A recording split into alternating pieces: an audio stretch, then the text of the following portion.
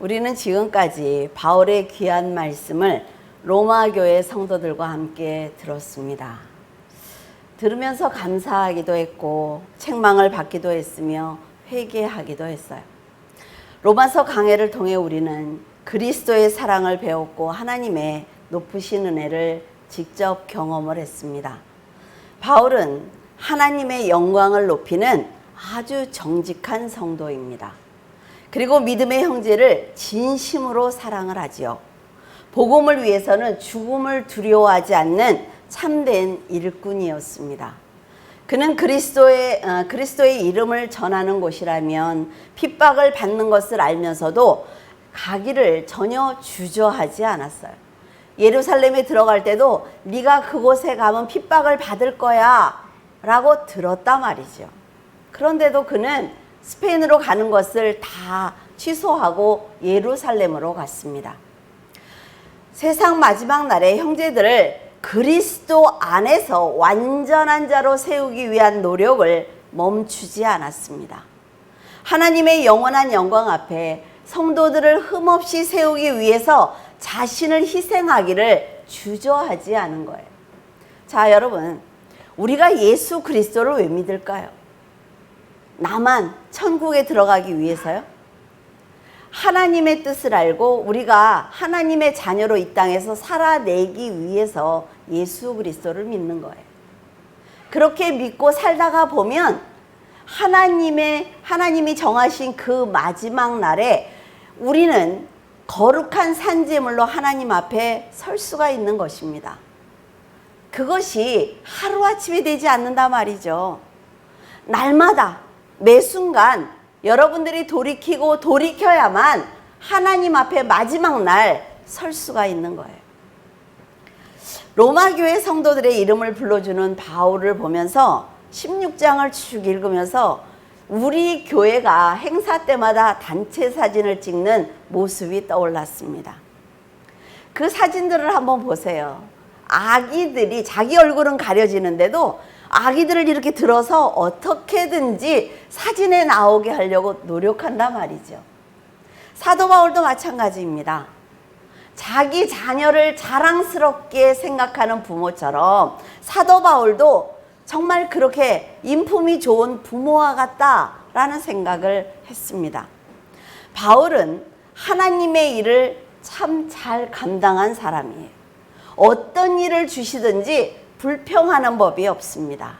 내가 이것을 감당하면 몇 사람의 영혼이 구원을 받을까라는 생각을 하는 거죠.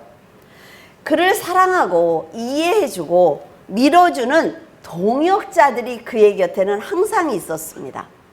그 사람은 아주 완벽한 사람이에요. 율법에 관해서도 그는 모르는 것이 없습니다. 그 율법을 진리에 접목을 해서 사람들을 이끌어 가는데 아주 탁월한 사람입니다. 그런데도 그는 동역자가 없었다면 나는 사명을 감당하지 못했을 것이다 라는 고백을 한단 말이죠. 성령께서 나를 도와주시지 않으면 나는 감당할 수 없다. 나는 이렇게 기적과 같은 인생을 살 수 없어 라는 생각을 하기 때문에 어떤 문제를 만나든 그는 기도했습니다. 그들이 있었기 때문에 사명을 감당할 수 있었다는 것을 잘 아는 바울은 진심을 담아서 동역했던 성도들의 이름을 하나하나 부르고 있어요. 얼마나 멋있습니까, 여러분? 여러분들을 해서 이름을 하나씩 부르면서 쓸까 이렇게 했는데 뭐라고 쓰지?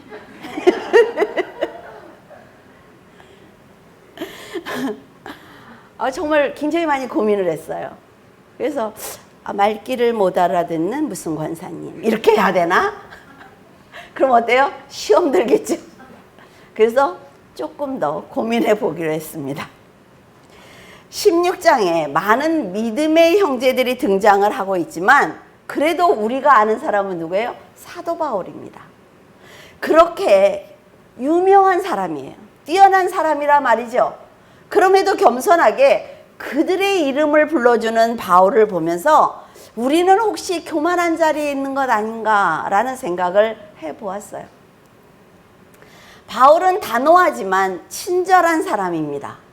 완벽해 보이지만 믿음의 형제들에게 항상 도움을 청하는 사람이에요. 어떤 일이든 성령께 도움을 청하는 아주 겸손한 성도입니다. 우리가 그걸 배워야 된단 말이죠. 그는 하나님의 뜻을 알기에 자신을 핍박하는 사람들에게도 늘 구원의 기회가 주어지기를 간절히 원했습니다.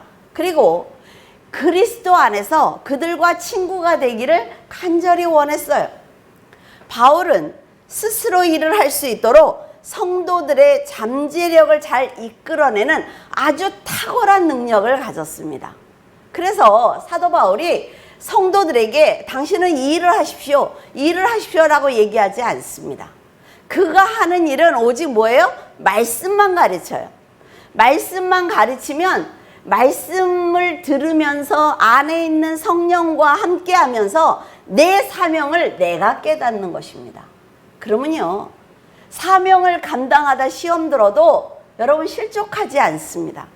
그런데 목사가 권사님은 오늘부터 이걸 하세요 라고 시켰잖아요. 하다가 힘들면 어때요? 목사님이 시켜서 나하고는 맞지 않는 일인데 시험 들기 시작한단 말이죠. 그래서 사도 바울이 하는 걸 보면 참 대단한 사람이라는 생각이 들어요. 그리스도의 지체로서 열정적인 헌신을 할 수 있도록 그가 가진 능력을 끌어내 주는 것입니다. 성도들이 하나님께 충성을 해서 칭찬을 받도록 도와주는 거죠. 사람들은 하나님의 뜻보다 자신을 더 존중합니다. 구제할 때나 사랑을 베풀 때나 헌신할 때나 자신이 정해놓은 선에서만 일을 해요. 내가 생각을 했을 때 이 정도까지야. 내가 옳다고 느끼는 것만 하는 거지요. 내가 허락하는 선에서 등등 자신의 기준으로 판단하기 때문에 많이 구제한 것 같지만, 많이 헌신한 것 같지만 과연 그것이 하나님의 기준에 부합하느냐라는 것입니다. 우리들은 날마다 교회에서 헌신해요.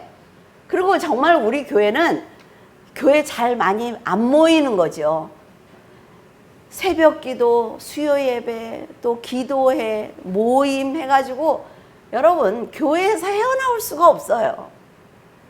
그렇게 살아야 믿음인 줄 안다 말이죠. 그러나 그렇지 않습니다, 여러분. 교회라는 이 예배당이라는 것이 없어졌을 때, 여러분들이 혼자 있을 때, 세상에 큰 문제가 터졌을 때 교회에 묶여 있으면 여러분들은 그리스도를 절대로 믿을 수 없습니다.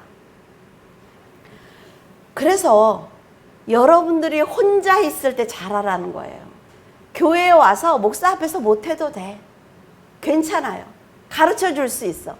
근데 내가 집에 있을 때 사탄의 공격을 받지 않도록 완벽하게 혼자 잘 감당해야 된단 말이죠. 그게 진짜 성도예요. 사도 바울이 위대한 것은 인간적인 자기 기준이 없다는 것입니다. 저주받을 만한 사람에게도 복음을 전하는 거예요. 믿음이 강한 사람에게는 하나님의 나라를 위해 헌신할 수 있도록 자꾸 기회를 주는 것입니다. 자, 부목사가 열심히 하면 잘라버려요. 왜 그래요? 내 자리가 위태롭다 말이죠. 그러면 하나님이 원하시는 건 뭐예요? 그 사람을 너처럼 키워내. 그래서 맡겨주시는 거란 말이죠. 그런데 우리는 그렇게 하지 않아요.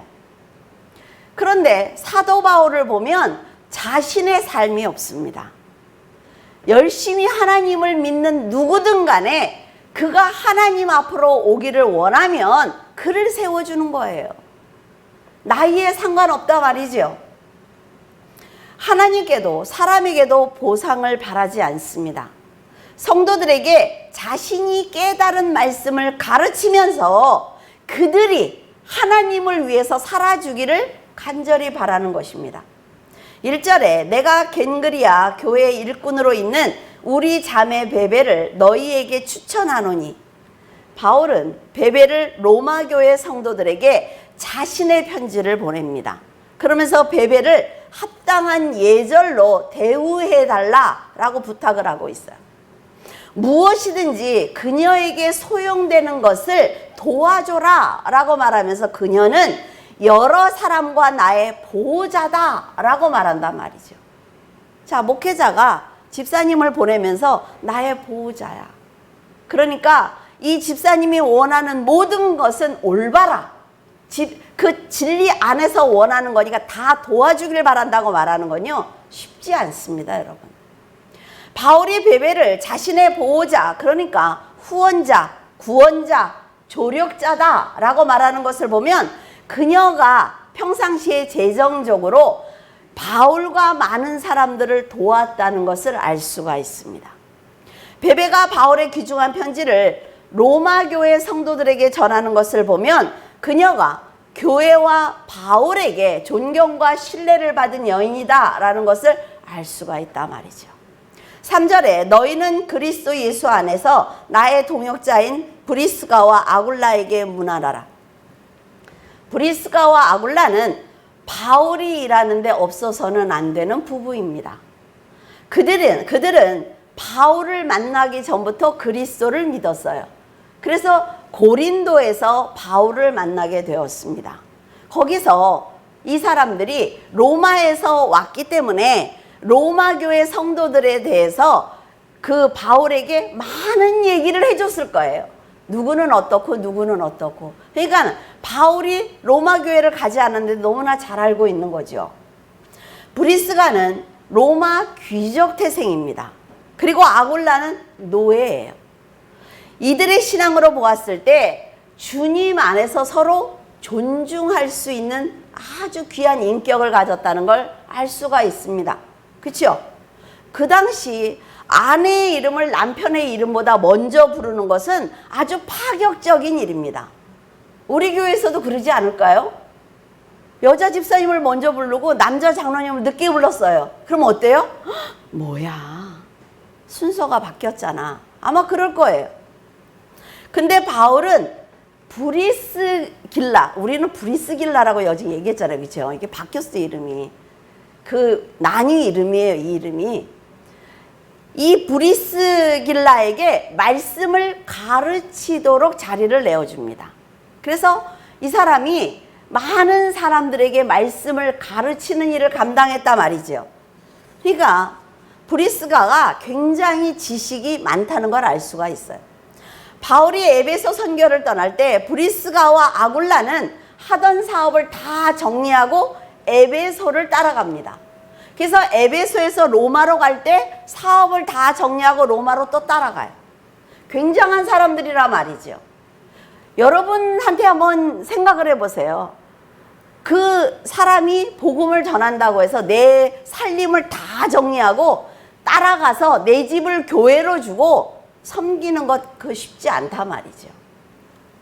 바울은 이런 브리스가와 아굴라 부부를 자신을 돕는 사람, 내 측근에서 서로 손을 맞잡은 사람이라고 부르고 있습니다.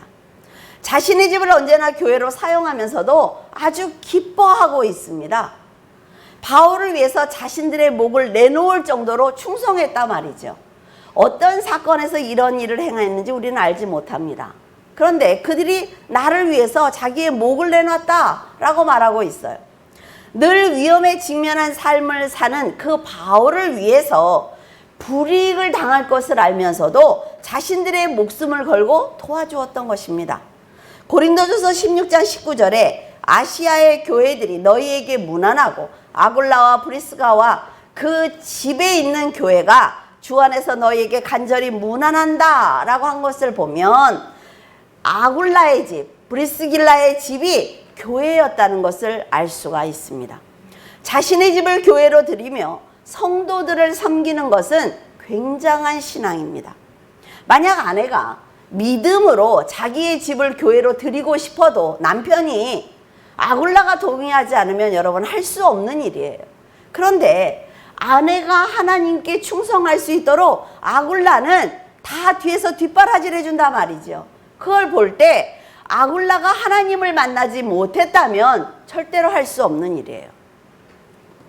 16장에 나오는 사람들 이름이 36명인가 7명인가 그래요. 30명이 넘습니다. 그래서 한 사람 한 사람을 살펴보고 싶지만 그럴 시간이 없어요. 헌데 바울이 별명을 부르는 것처럼 사람들 이름 앞에 이런 호칭을 붙입니다. 나의 보호자, 동역자. 여러분이 한번 생각을 해보세요. 나는 목사님의 보호자일까? 나는 동역자일까? 한번 생각을 해보세요. 재밌지 않아요? 처음 맺은 열매, 함께 갇힌 자, 내 사랑하는 자, 그리스도께 인정을 받은 자, 주 안에서 수고한 자, 내 어머니, 나의 친척, 나와 온 교회를 돌보아주는 사람, 이렇게 불렀어요. 이름마다. 그러니까 그들이 얼마나 바울에게 소중한 사람인지, 그들이 하나님께 충성한 사람인지 우리는 알 수가 있습니다. 7절에 내 친척이요 나와 함께 갇혔던 안드로니고와 유니아에게 문안하라. 그들은 사도들에게 존중이 여겨지고 또한 나보다 먼저 그리스도 안에 있는 자니라. 유니아를 어떤 고대 사본에 줄리아다라고 기록되어 있다고 합니다. 제가 찾아보지는 못했어요. 유니아와 안드로니고는 부부입니다.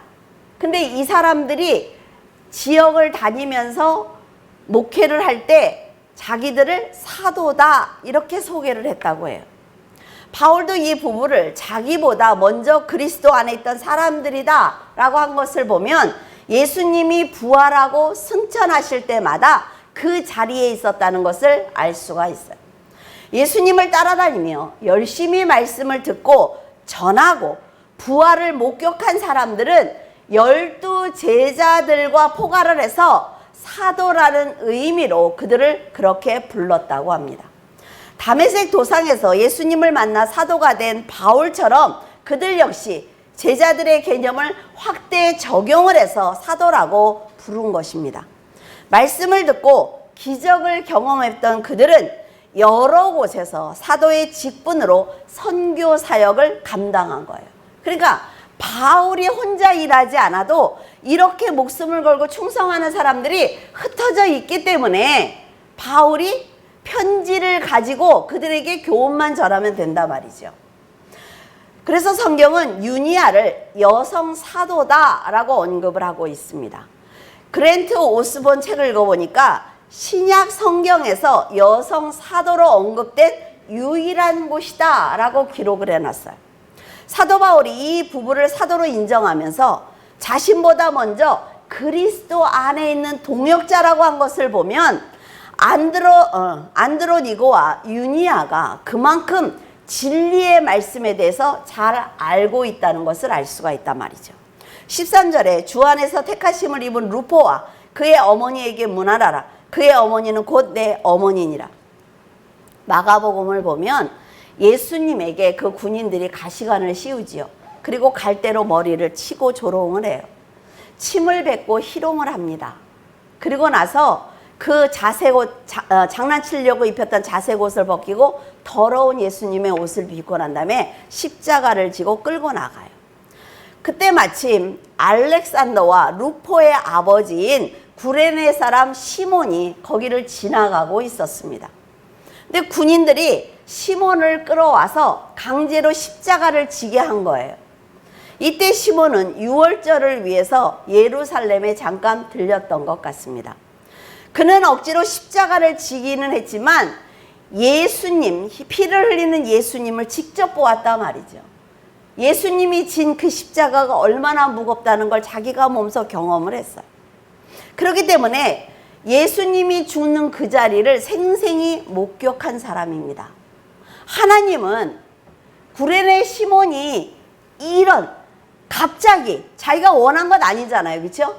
그럼에도 불구하고 하나님의 일을 감당했다는 것으로 그들의 자녀들까지 큰 복을 내리십니다.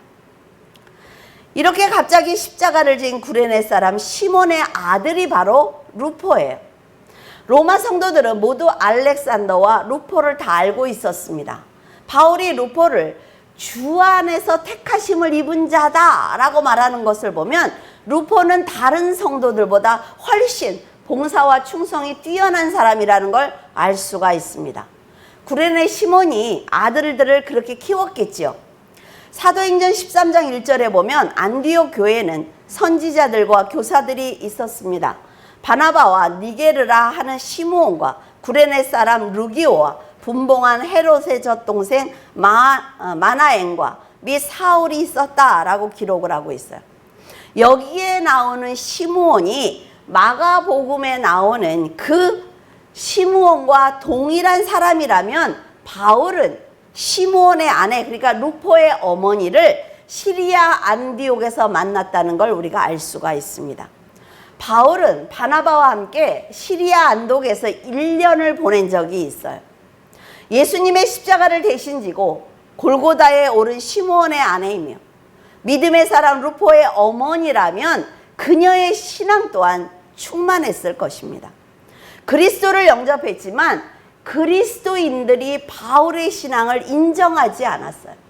그래서 바나바가 안디옥으로 데리고 왔지요. 데리고 왔는데도 얼마나 외롭겠어요. 아무리 내가 예수 그리스도를 빛으로 만났다, 음성을 들었다라고 해도 아무도 그를 인정하지 않았습니다. 이때 바울을 불쌍하게 여기고 거두어 준 사람이 바로 루포의 어머니라는 것입니다. 바울이 내 어머니다 라고 말한 것을 보면 그가 가장 힘들었을 때, 외로웠을 때 아들처럼 품어주면서 사랑을 주었다는 것을 알 수가 있습니다. 이렇게 평생 살면서 한 사람만 자기를 믿어주고 자기를 세워주면 사람은 산다 말이죠. 사도 바울은 영적으로 자리 잡지 못한 자신을 어머니처럼 감싸주었던 루포의 어머니를 잊지 않았습니다. 그리고 늘 감사했어요. 하나님이나 사람에게 받은 사랑을 잊지 않고 변함없이 감사했던 바울의 신앙과 믿음은 어때요? 늘 감사한다 말이죠. 감사는 뭐예요? 하늘에 소망을 갖는 것입니다. 세상이 헛되다는 걸 아는 거예요. 그러니까 그 믿음이, 그 신앙이 그가 순교하는 순간까지도 그를 지켜줄 수가 있었던 것입니다. 여러분 안에 그게 있어야 된다는 말이죠. 사람들에게 은혜를 받으면 금방 잊어버려. 문제가 다 해결되면 금방 잊어버리고, 내가 육신이 편안해지면 다 잊어버리고, 그러니까 나중에 순교 못해요. 우리는 막 기도하지요. 하나님의 뜻대로. 뭐 순교는 그러고 또 아무나 하는 것도 아니에요. 하나님이 하라고 그래야 하는 거예요. 16절에 너희가 거룩하게 입맞춤으로 서로 문안하라. 그리스도의 모든 교회가 다 너희에게 문안하느니라. 이방인을 전도할 때 비록 고난은 당했지만 이렇게 그리스도의 모든 교회, 하나둘이 아니잖아요. 그렇죠? 이랬을 때 얼마나 가슴이 벅찼을까? 얼마나 마음이 뿌듯했을까? 얼마나 기뻤을까? 사도 바울이 한번 대보니까 정말 기뻤을 것 같아요. 그러나 교회는 유대인과 이방인, 주인과 노예, 부자와 가난한 자, 남자와 여자가 한자리에서 예배를 드리기 때문에 문제가 생길 수밖에 없습니다. 절대로 한자리에 있으면 안 되는 사람들이라 말이죠. 이런 문제가 있지만 이들이 모두가 그리스도 안에서 한 형제다라는 것을 계속해서 상기시킵니다. 너희들은 한 형제야. 남자와 여자가 아니야. 주인과 노예가 아니야 라고 말하는 거예요. 그래서 같은 말을 반복해서 끊임없이 해주는 것입니다. 서로 사랑해야 된다. 예수 그리스도가 우리를 사랑한 것처럼 사랑해야 돼. 끊임없이 말하고 있습니다. 17절과 18절 형제들아 내가 너희를 권하노니 너희가 배운 교훈을 거슬러 분쟁을 일으키거나 거치게 하는 자들을 살피고 그들에게서 떠나라. 이 같은 자들은 우리 주 그리스도를 섬기지 아니하고 다만 자기의 배만 섬기나니 교활한 말과 아첨하는 말로 순진한 자들의 마음을 미혹하느니라. 믿음의 형제들에게 고마워 막 이렇게 하다가 갑자기 로마 교회 안에 이단이 들어왔다라는 것이 생각이 난 거죠. 그러니까 그들에게 말하는 거예요. 내가 언제나 목숨을 걸고 교회를 세우고 나면 이단들이 들어와서 무너뜨린다는 거예요. 그런데 여러분 이단이 뭡니까? 끝이 다른 거예요. 그래서 그들이 성경을 갖고 가르칩니다. 그리고 끝이 달라요. 우리는 성육신 하신 예수 그리스도를 믿잖아요. 그들은 그걸 가르치지 않는단 말이죠. 그러니까 거짓 복음이 들어왔을 때 성도들이 말씀을 알고 있으면 절대로 넘어지지 않습니다, 여러분. 그런데 넘어진단 말이에요. 그래서 성도들은 절대로 경계를 게을리해서는 안 되는 것입니다. 구약에서도 거짓 선지자들은 참 선지자들이 전하는 하나님의 말씀을 왜곡시키는 거예요. 그래, 그 말도 맞아. 그런데 라고 얘기하죠. 자기의 생각을 얘기한단 말이에요. 그래서 사람들은 말씀으로 기준이 돼 있지 않으니까 그 말을 듣고 하나님을 떠나는 거예요. 얼마나 안타까운지 몰라요. 로마교회에 들어온 이단들은 예수님의 죽음과 부활을 왜곡했습니다. 영지주의죠. 예수님은 하나님이 아니야 라고 주장하고 있습니다. 그래서 바울은 거치게 하는 자들, 우리가 복음의 진리의 길을 갈 때 장애물이 되는 그런 자들을 만나거든 넘어지지 마. 잘 살펴. 그리고 즉시 그들을 떠나 라고 말했습니다. 여러분, 진리가 아닌 말씀을 선포하면요 즉시 떠나야 됩니다. 근데 우리는 어때요? 우리 교회가 대형 교회니까, 우리 교회가 몇만 명이야, 몇천 명이야, 이게 자랑이에요. 근데 천국에 들어갈 때는 아무 소용없어요. 너 몇천 명 되는 교회에서 예배드리고 신앙생활하다 왔느냐고 묻지 않는단 말이죠. 묻는 게 뭐예요? 네가 성육신 하신 예수 그리스도를 믿느냐? 예수 그리스도께서 너를 구원하기 위해서 죽고 부활하고 승천하신 걸 믿느냐? 성자 하나님인 걸 믿느냐? 그분이 재림하신 걸 믿었느냐? 라고 묻는단 말이에요. 그래서 답을 잘 알고 있어야 된다는 거죠. 진리의 말씀을 올바로 깨닫지 못하면 사탄의 세력에 붙들립니다, 여러분. 귀신 들리는 사람들이 정해져 있는 게 아니에요.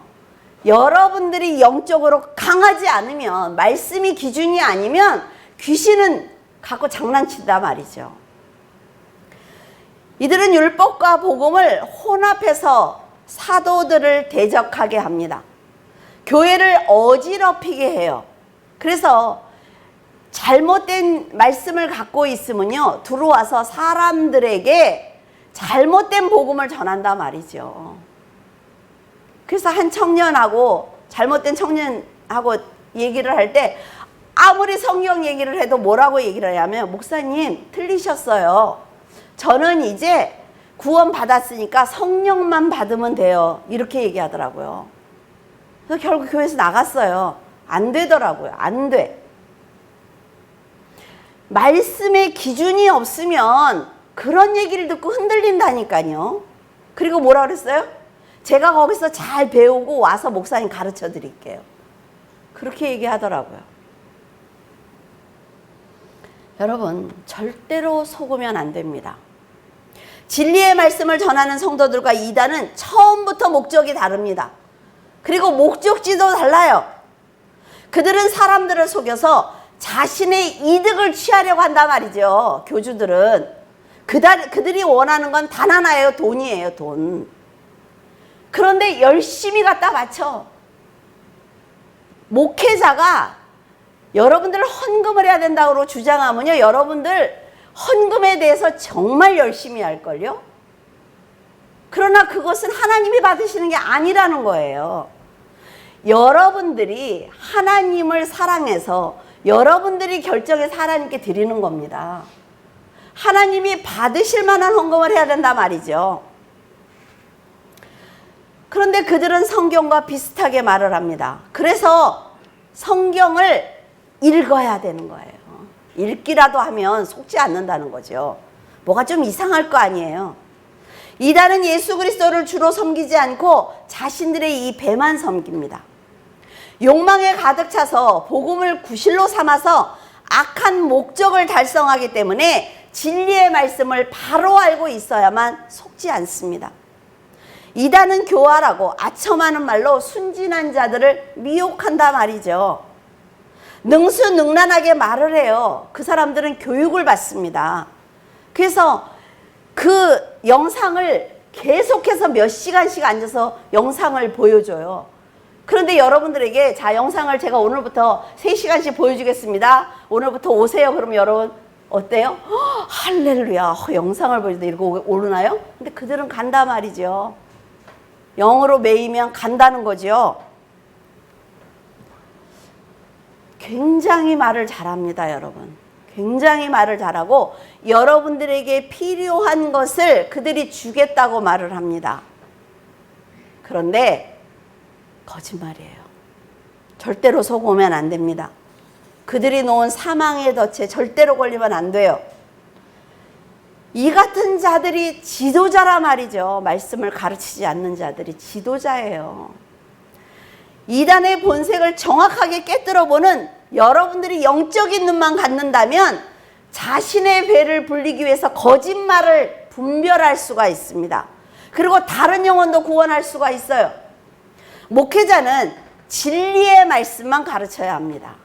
하나님이 여기다 세워줄 때 TV 본 얘기하라고 세워준 것 아니라 말이죠. 세상에 유명한 사람들 얘기해 주라고 세운 것 아니에요. 성경만 얘기하라고 세워준 거잖아요. 그렇죠? 근데 지금 다 어떻게 하고 있어요? 신학교에 가면 설교하면 예화 2개 하고 성경 구절 몇 번 하면은 20-30분 채워져. 그런데 그걸 분별을 못 한다니까, 그 성도들이. 말씀만 가르치는 목사님들이 너무나 많아요. 정말로 많습니다. 왜? 하나님이 숨겨놓은 7천인이 있잖아요. 없다는 게 아니라 말이죠. 근데 성도들이 분별하라는 거예요. 분별하라는 것입니다. 이단은요, 성경을 자신만 깨달은 것처럼 말합니다. 내가 새로운 지식을 알려줄게. 이 씨앗은 그 씨앗이 아니라 이렇게 하니까 홀라당 다 넘어가는 거예요. 목사들도 넘어간다 말이죠. 얼마나 많이 넘어갔어요. 교회 다 뺏기고. 아휴, 안타까워 죽겠어요. 우리 교회 이단 들어오지 마세요. 붙인다고 안 들어오나요? 자, 들어왔어. 여기 앉았어요. 앉으면 그 사람은요, 죽도록 열심히 합니다, 여러분. 죽도록 열심히 해요. 왜? 신뢰를 받아야 되니까. 그러니까 1년, 2년 지나면 구역장 시키죠. 그 자기가 데려온 사람들이 다 열심히 하니까 다 구역장이 되잖아요. 그러고 나면은, 자, 전도사를 목사님 너무 열심히 하는 전도사님이 있습니다. 전도사 데려와요. 그러고 나서 어떻게 해요? 과반수 넘어서 교회 뺏어버리는 거예요. 얼마나 많이 뺏겼어요, 교회를. 왜 뺏기는 거예요?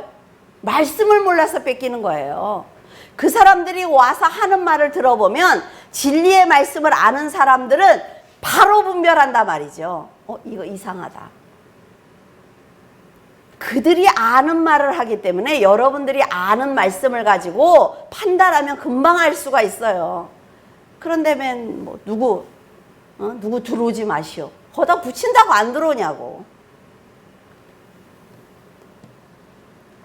기독교가 이 땅에 들어온 지 100년인데 100년 동안 그 짓들을 했어요. 목회자들이. 이제 치료하려면 어떻게 해요? 50년은 투자해야 돼요. 50년은. 19절 너희의 순종함이 모든 사람에게 들리는지라. 그러므로 내가 너희로 말미암아 기뻐하노니 너희가 선한데 지혜롭고 악한데 미련하기를 원하노라.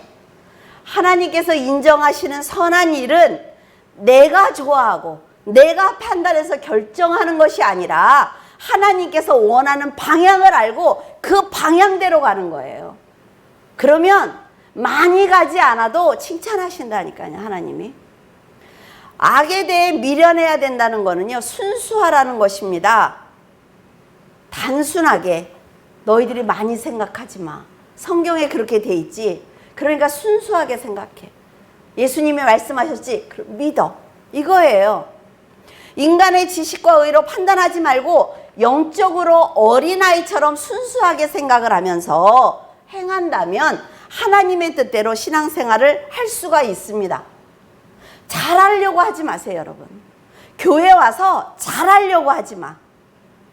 여러분들이 알고 있는 만큼 하세요. 여러분들이 기뻐서 하세요. 하기 싫으면 하지 마세요. 정말로. 안 해도 돼요. 그런데 여러분들이 말씀을 아니까 그걸 이기고 하는 거예요.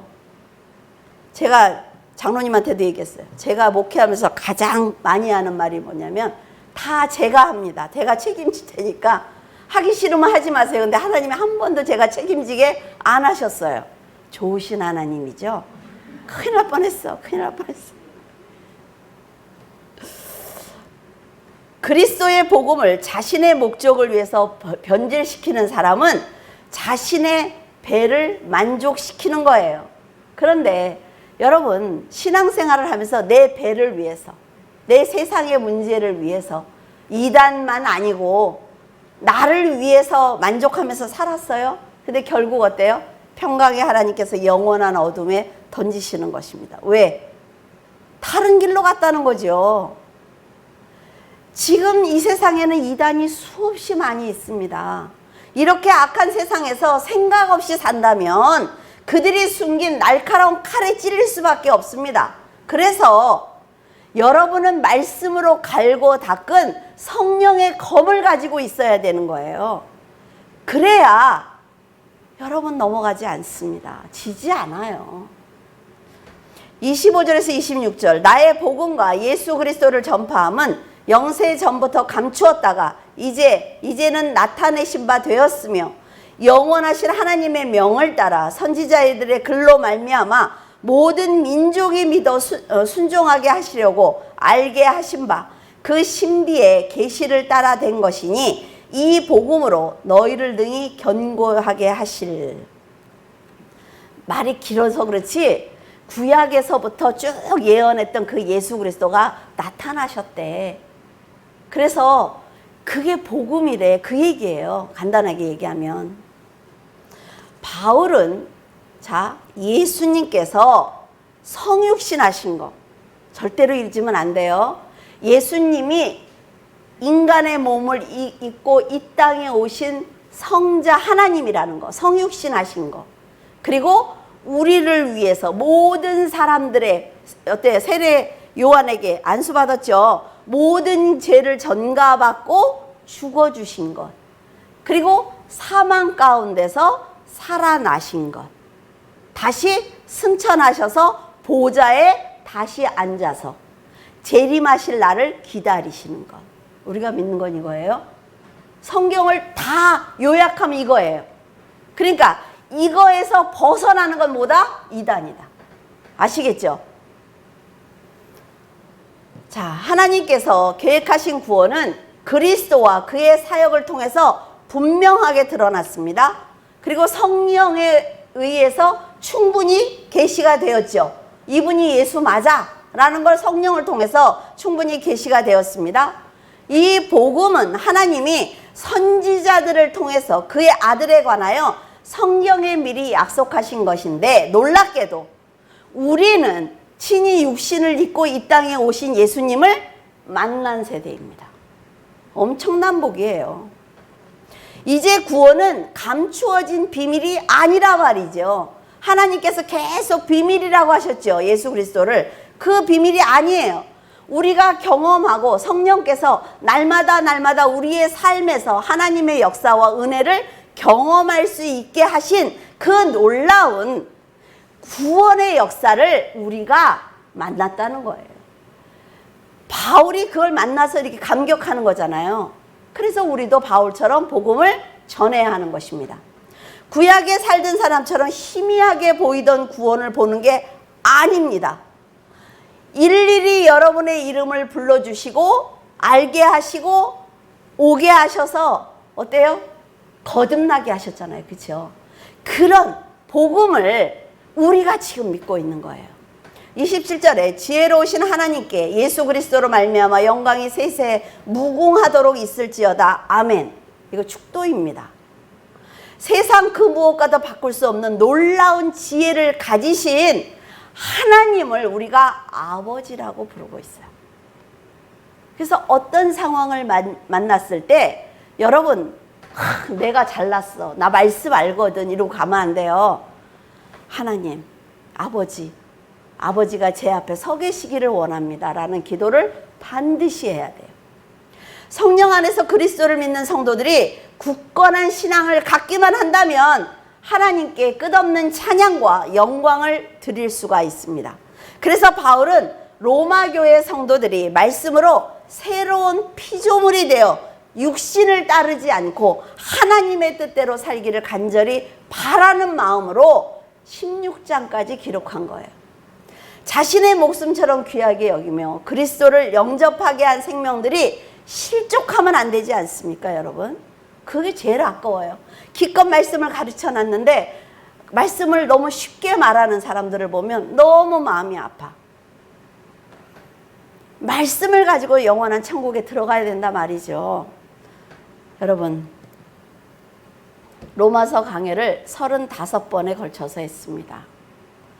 너무 두려워서 로마서 강해를 근 20년 동안 할 생각을 못했어요. 왜? 이게 노른자예요. 성경의 노른자. 이 로마서를 정확하게 여러분들에게 전하지 않으면 여러분들은 이 모든 말씀이 기준이 흔들립니다. 조직신학이 탄탄하지 않단 말이죠. 흔들려서 하나님의 말씀 뭐를 들어도 판단의 기준이 없어요. 여러분에게 35번에 걸쳐서 말씀을 드렸어요. 여러분, 잊지 않기를 바랍니다. 다시 못해요. 정말 잊지 않기를 바라요. 하나님께서 독생자의 죽음으로 값없이 주신 그 구원이거든요. 그 구원을 귀하게 여기기를 바랍니다. 그리고 위대하신 하나님께 찬양을 드리기를 바라요. 여러분의 목소리로. 이 음악을 틀어놓지요. 근데 여러분의 목소리로 1, 20분 정도는 하나님께 직접 목소리로 찬양을 드렸으면 좋겠어요. 그 찬양이 올라갈 때 여러분이 그 안에서 그 흥분되는 그 감동이 장난 아니거든요. 하나님께서 사탄을 여러분의 발 아래에 상하게 하실 것을 믿는 성도들, 예수 그리스도께서 사탄을 상하게 하실 것을 믿는 우리 성도들은 입을 열어서 하나님께, 그 위대하신 하나님께 찬양을 드려야 합니다. 그래서 찬양을 드리는 그 성도들의 이름이 16장에 기록되어 있기 때문에 그 감동이 너무나 컸던 것 같아요. 그 성도들의 이름을 보면서 이 사람들은 내일 죽어도 괜찮아 라는 사람들이라 말이죠. 사도 바울뿐만이 아니라 성도들의 이름이 16장에 다 기록되어 있는 것처럼 여러분들의 이름이 하나님 앞에 펼쳐져 있는 생명책에 기록되어 있는 줄로 믿습니다. 여러분, 언제나 그리스도께 영광과 찬양을 드리고 거룩한 성도로 살아가시기를 간절히 부탁을 드립니다. 기도하겠습니다. 전능하신 하나님 아버지, 로마서를 마치게 하심을 진심으로 감사드립니다. 저희도 은혜 안에서 사도 바울에게 말씀을 배우게 하심을 진심으로 감사를 드립니다. 이제 말씀을 배웠사오니 영적으로 무장하게 하시고 더럽고 험한 세상을 이기며 살도록 도와주시옵소서. 로마서를 통해 바울이 믿음의 형제를 얼마나 사랑하는지 알게 되었습니다. 예수 그리스도를 직접 만난 바울, 천국에서 수많은 말씀을 듣고 천군 천사와 구원받은 성도들을 보았지만 바울은 항상 겸손했습니다. 그런 바울의 겸손함을 저희도 담기를 원합니다. 주님과 바울의 겸손함을 담는 거룩한 성도가 되게 하여 주시옵소서. 성경의 중심이라고 하는 로마서를 배웠사오니 성도들이 더욱 강건하게 하시고 담대하게 하시며 세상을 향해 복음을 전하는 것을 두려워하지 않도록 도와주시옵소서. 헛되고 헛된 세상을 살면서 욕심과 정욕을 버리게 하시고 오직 하나님 나라의 소망을 두고 살아가게 도와주시옵소서. 물줄기 교회 성도들이 예수 그리스도를 중심으로 한 지체가 되어 선한 삶을 살아낼 때 하나님께서 더 큰 힘을 주시고 성령의 충만함을 통해 하나님께서 살아계심을 드러내는 능력 있는 성도가 되게 하여 주시옵소서. 성도들이 말씀의 능력으로 악한 영을 물리치게 하시고 사탄의 장난에 속지 않으며 주 안에서 기쁨으로 사는 성도가 되게 하여 주시옵소서. 오직 하나님 안에서 믿음을 지키는 거룩한 성도가 되기를 간절히 기도드리며 예수 그리스도 이름으로 기도드립니다. 아멘.